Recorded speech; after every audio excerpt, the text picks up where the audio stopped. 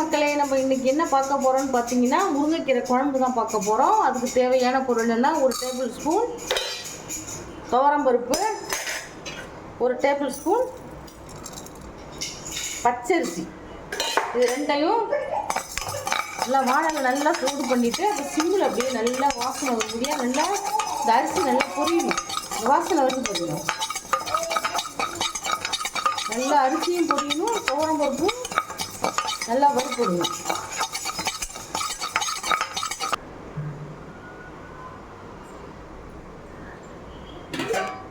அரிசி நல்லா பொரிஞ்சிருச்சு. இதை நான் ஒரு பாத்திரத்தில் பாருங்க. நம்ம இந்த அரிசியும் பருப்பும் வறுத்து எடுத்துட்டோம். இப்போ வானலில் நான் நல்லெண்ணெய் ஊற்றி வச்சுருக்கேன். 2 டேபிள் ஸ்பூன், 1 ஸ்பூன் கடுகு,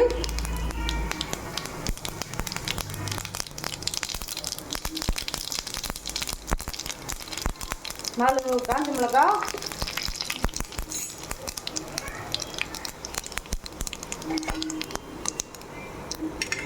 பாருங்க. நான் நைஸாக பூண்டை ஒரு 10 பல்லு அரிஞ்சு வச்சுருக்கேன், அதையும் போட்டுக்கிறேன்.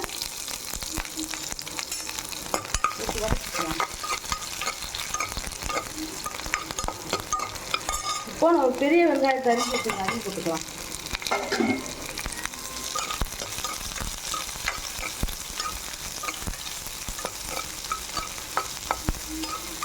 எண்ணெய் கொஞ்சம் தாராளமாக ஊற்றிக்கிங்க. இது ரொம்ப உடம்புக்கு ரொம்ப நல்லது. இந்த முருங்கைக்கீரைலாம் அந்த காலத்தில் இப்படி தான் பாட்டிலாம் செய்வாங்க. இப்போ யாரும் முருங்கைக்கீரை விரும்புறது கிடையாது. முருங்கைக்கீரையில் அவ்வளோ சத்து இருக்குது. அந்த முருங்கைக்கீரையை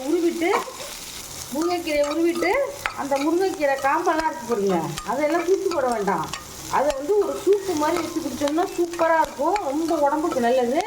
கர்ப்பிணி பொண்ணுங்கள்லாம் டெய்லி அந்த ஜூஸ் வச்சு அந்த சூப்பு வச்சு குடிச்சோம்னா அந்த முருங்கைக்கீரை காம்பை அவ்வளோ சத்து இருக்குது. கீரையை விட காம்பில் தான் அவ்வளோ சத்து இருக்குது. அது எப்படி சுட்டு செய்யறதுங்கிறத நான் அடுத்து ஒரு வீடியோவாக போடுறேன். இப்போ பாருங்கள், வெங்காயம் நல்லா கண்ணாடி தான் வதங்கிடுச்சு. உருவி வச்சுருக்கா முருங்கைக்கீரையை அதில் போடுறேன். பாருங்க, நான் 1 கட்டு முருங்கைக்கீரை உருவி வச்சுருக்கேன். இஞ்சி கீரை தான், கொஞ்சம் இலசாவே எடுத்துக்கங்க கீரையை.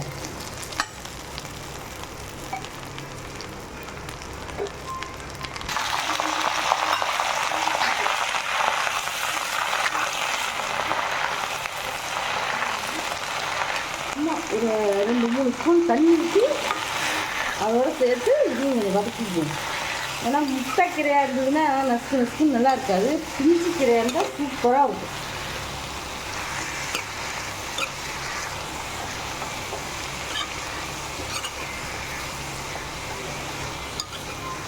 நல்லா வதக்கிடுங்க. கொஞ்சம் ஸ்டேஜில் நம்ம 1/2 ஸ்பூன் மஞ்சள்தூள் போடுறோம். அதையும் போட்டு வதக்கிடலாம். இஞ்சி கீரைன்னு எப்படி சுருண்டு வந்துருச்சு பாருங்க. ரொம்ப சத்தான பண்டம், குழந்தைங்களாம் சாப்பிடுவாங்க. காஞ்ச மிளகா வந்து உங்களுக்கு காரத்துக்கு ஏற்ற மாதிரி போட்டுக்குங்க. சில மிளகா காரமாக இருக்கும், சில மிளகா காரமே இருக்காது. அது மாதிரி பார்த்து போட்டுக்குங்க. வாங்க அடுத்து என்ன செய்யலான்னு பார்க்கலாம். அரிசியும் பருப்பும் எப்படி புரிஞ்சிருக்கு பாருங்க. இது ஒரு பவுட்ரு பண்ணி நம்ம எடுத்து வச்சுக்கலாம். அடுத்து பார்க்கலாம். முருங்கைக்கீரைக்கு குழம்புக்கு தேவையான நான் ஒரு மூடி 3/4 மூடால் இவ்வளோ ஒரு தேங்காய் உடச்சி இதெல்லாம் 3/4 மூடி தேங்காய் துருவி எடுத்துருக்கேன். தேங்காய் தான் இதுக்கு நல்ல ருசி கொடுக்கும். தேங்காய் போட்டேன். 1 ஸ்பூன் சீரகம், 1 ஸ்பூன் சோம்பு, 1/2 ஸ்பூன் மிளகு, இதை போட்டு நல்லா பேஸ்ட்டாக அரைச்சிக்கலாம். இப்போ பாருங்கள், கீரையெல்லாம் நல்லா வதக்கிட்டோம். அதில் நம்ம இப்போ அரைச்ச பேஸ்ட்டை ஊற்றிடலாம். தேங்காய் பேஸ்ட்டை ஊற்றி அதையும் ஒரு கரெக்டாக படுத்திக்கலாம். இதுக்கு தேங்காய் தான் ரொம்ப டேஸ்ட். நமக்கு தேங்காய் அதிகமாக போடணும். 3/4 மூடி நான் பெரிய தேங்காய் தான் 3/4 மூடி அரைச்சி போட்டிருக்கேன். இப்போ பாருங்கள், இதையும் நல்லா வதங்கிடுச்சு. அடுத்து என்ன பார்க்க போகிறோன்னு கேட்டிங்கன்னா, இதுக்கு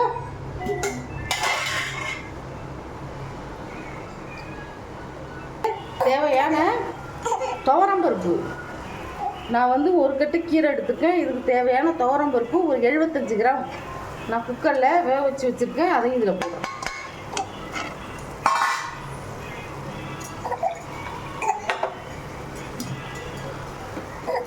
அதையும் போட்டு மிக்சியை கழுவி ஒரு 1/2 டம்ளர் தண்ணி ஊற்றிக்கலாம். இப்போ இதுக்கு தேவையான கல் உப்பு போடுறோம். நல்லா கலந்துக்கலாம் எல்லாத்தையும். இது வந்து ஒரு புதுமையான டிஷ். இது ரொம்ப அருமையாக இருக்கும். ஏன்னா வந்து முருங்கைக்கீரை வந்து பைத்தம்பருப்பு போட்டு தான் வைப்பாங்க. இதை நீங்கள் சாப்பிட்டு பார்த்துட்டு எங்களுக்கு கமெண்ட் பண்ணுங்கள்.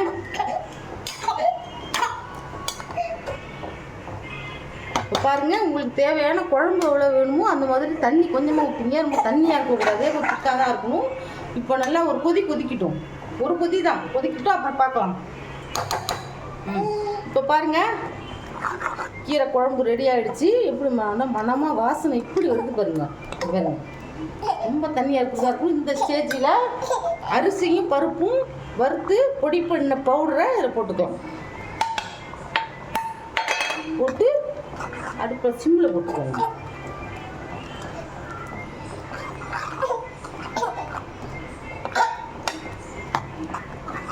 இதை அப்படியே கலக்கி விட்டு நான் அடுப்பு ஆஃப் பண்ணிடுறேன். இப்போ பாருங்கள், நம்ம இந்த வறுத்த பவுடர் போட்டோம்னா கொஞ்சம் குழம்பு திக்காயிடுச்சு. அடுப்பை சிம்மில் வச்சுட்டு கொஞ்சம் உங்களுக்கு தேவையான அளவு தண்ணி ஊற்றிக்கலாம். ரொம்ப திக்காக இருக்கக்கூடாது, கூட்டு மாதிரி ஆகிடும். இது வந்து நம்ம குழம்பு. இது தேவையான தண்ணி ஊற்றிக்கிங்க. நல்லா ஒரு 1/2 டம்ளர் கூட ஊற்றிக்கலாம். உங்களுக்கு எந்த ஸ்டேஜில் குழம்பு வேணுமோ அந்த மாதிரி தண்ணி ஊற்றிக்கிங்க. இங்கே பாருங்க, நல்லா எல்லாம் திரண்டு வந்துடுச்சு. இப்போ அடுப்பு ஆஃப் பண்ணிடுறேன். இப்போது முருங்கைக்கீரை குழம்பு ரெடி. இது மாதிரி நீங்களும் ட்ரை பண்ணுங்கள். புதுவிதமான ஒரு கீரை ரெசிபி செய்யறதுக்கு எங்கள் சேனலை சப்ஸ்கிரைப் பண்ணி பாருங்கள். அப்போ தான் நாங்கள் போடுற இந்த மாதிரி புதுவிதமான ஒரு டிஷ் எல்லாம் உங்களுக்கு வந்து சேரும். தேங்க்யூ, பாய்.